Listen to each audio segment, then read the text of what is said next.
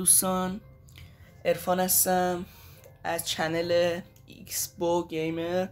امروز در خدمت شما هستم که یک دک لامبرجک و بالون خیلی خوب بهتون معرفی کنم که این دک بی‌نظیر بوده. من خیلی وقت باش کار میکنم و راحت میتونیم توی اتک کم نیاریم و توی ایونت ها. توضیحش این که لامبرجک و بالون حمله ما هستن و اول لامبرجک رو میندازیم و بالون پشتش، و وقتی که لامبرجک ریجش رو رها میکنه میفته زمین، بالون زود میره به سمت تاور و دمیج میده.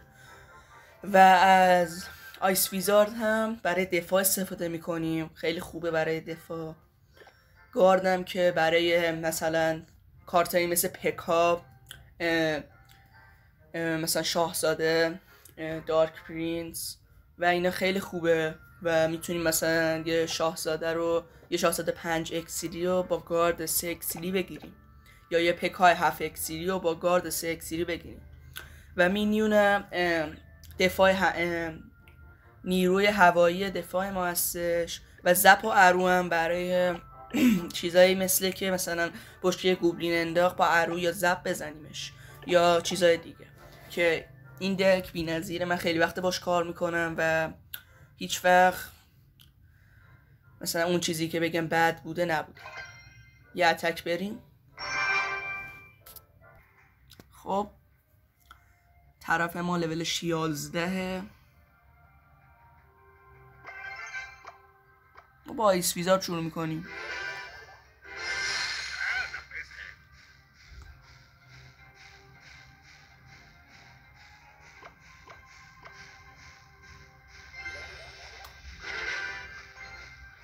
فقط که ببینیم چی، اولش اینطوری شروع کنیم که ببینیم چیا تو دستشه. خب الان ما گرفتیم که چیا دستشه، با یه فایربال دمیج میدیم درش.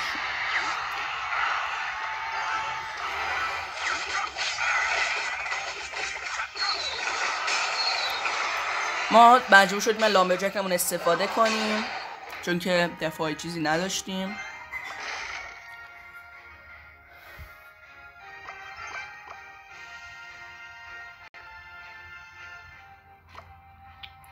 الان چیزاشو استفاده کرده، یعنی ما بالون بفرستیم. فکر نکنم چیز هوایی داشته باشه، اگه داشته باشم که ببینیم چی. بله داشت.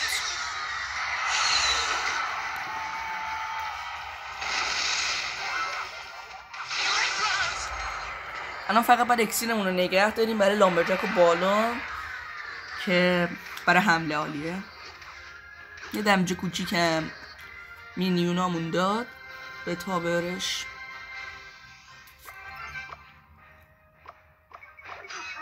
خب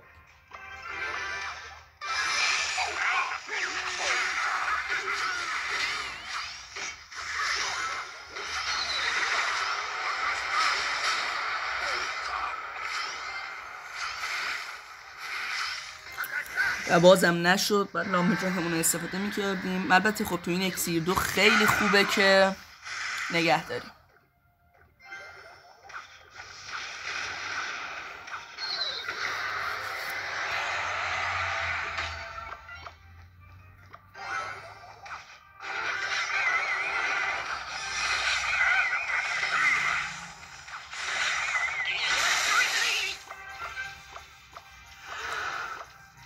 یه ذره مشکل شد ولی خوبه، اشکال نداره.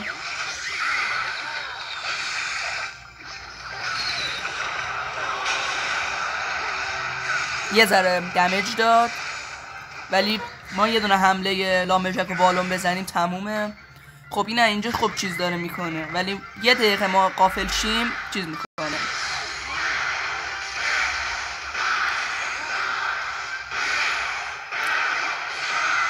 خب الان حمله ما شروع شد.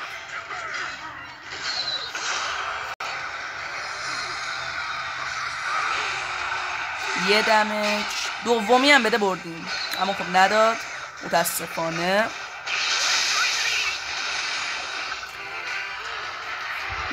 چون که بالون من مکسه، یه دونه دمیج بده بردیم. چیزی نیست.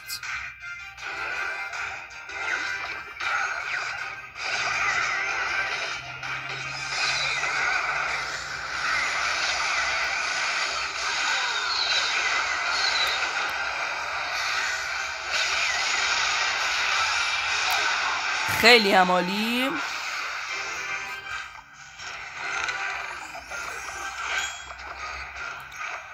الان میخواد مگانایت بندازه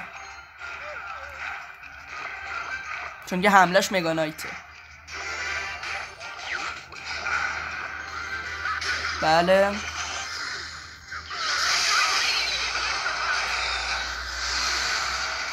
تمام شد.